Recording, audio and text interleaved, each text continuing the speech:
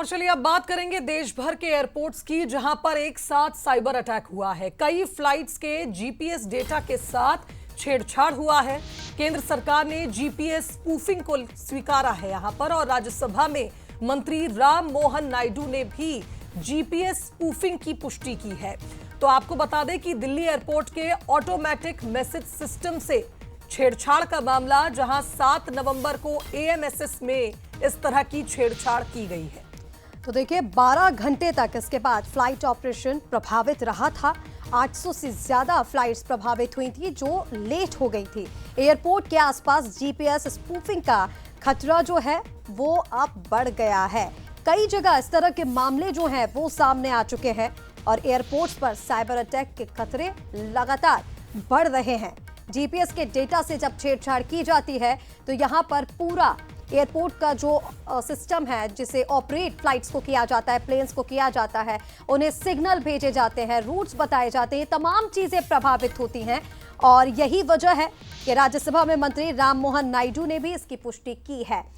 बहुत बड़ा हादसा हो सकता था, लेकिन कहां कहां जीपीएस स्पूफिंग हुई है वो पहले आपको बता देते हैं। देखिए दिल्ली में ये पहले हो चुकी है, कोलकाता में हो चुकी है, मुंबई में हो चुकी है, हैदराबाद में हो चुकी है, इसी के साथ अमृतसर, बेंगलुरु और चेन्नई में भी हो चुकी है।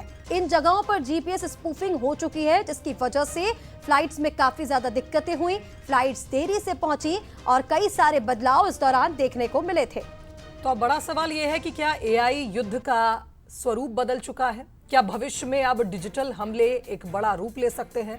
आप सोचिए, पूरे नेविगेशन सिस्टम को डाइवर्ट कर सकता है इस तरह का साइबर अटैक। साइबर अटैक से बचने के लिए सरकार की क्या रणनीति होनी चाहिए, इस पर भी अब विचार होना चाहिए। यह भी एक बड़ा सवाल है, क्योंकि जिस तरह से आप देखिए, एक टेक्नोलॉजी जो बून बननी चाहिए, लेकिन इसके ड्रॉबैक्स इतने सारे हैं कि अब आप देखिए, अब तक जिस तरह से बड़े युद्ध होते थे, अब एआई भी एक युद्ध के रूप में ही देखा जा रहा है और इसका स्वरूप भी काफी ड्रास्टिक है। और चलिए इसी पर ज्यादा अपडेट्स के लिए बातचीत करेंगे। हमारे साथ न्यूज़ एड शरद द्विवेदी जी जुड़ रहे हैं फोन लाइन पर। शरद जी, अब ये माना जाए क्या कि जो एआई है वो युद्ध का स्वरूप पूरी तरह से बदल रहा है, और फ्यूचर की अगर हम बात करें तो इस तरह के जो डिजिटल हमले हैं वो बड़ा रूप ले सकते हैं? देखिए, ये चीजें निश्चित तौर पर हैं और चैलेंजेस हैं, क्योंकि हमने रिसेंट पास्ट में, यानी बीते कुछ करीब 6-8 महीने में, 1 साल में हमने देखा है।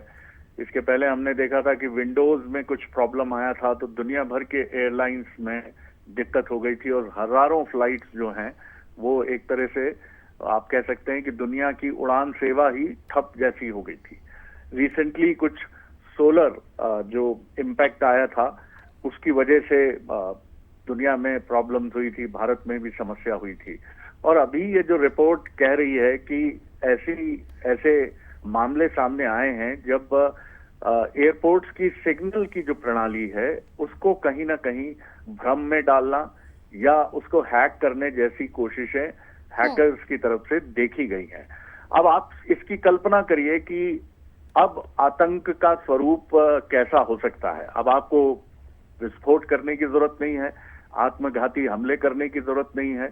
अगर आप किसी भी देश की विमानन प्रणाली की एजेंसी को हैक कर लेते हैं या विमान के सिस्टम को हैक कर लेते हैं तो 300 लोग, 250 लोग, जितने भी लोग उसमें हैं, जो विमान के क्रू हैं, जो यात्री हैं, उनकी जिंदगी दांव पर लग सकती है। ईश्वर न करे ये चीजें हों, लेकिन अब ये चीज है।